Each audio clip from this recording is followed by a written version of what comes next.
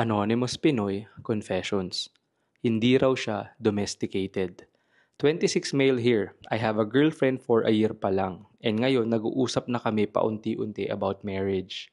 Ang question ko lang sa girls, pag sinabi ninyo na hindi kayo domesticated, may chance pa kaya magbago yun if ever ikasal na talaga kayo? Ito ang sabi ng girlfriend ko. If ever ikasal daw kami, gusto niya ng personal or private chef.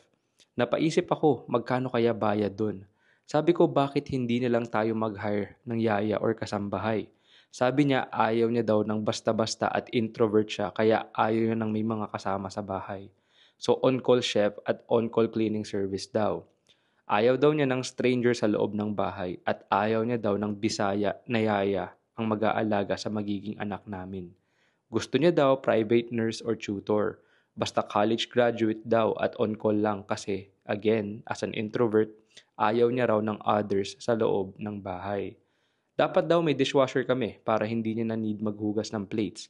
Dapat meron ding washer at dryer para raw magtutupi na lang siya. Once a week daw yung cleaning service at dapat may robot vacuum para hindi na niya need magmop at walis. Gusto niya rin daw may negosyo siya at may personal income pa rin kahit housewife. Kasi kung mag-stop siya sa work niya, hindi raw niya kaya na wala siyang own money.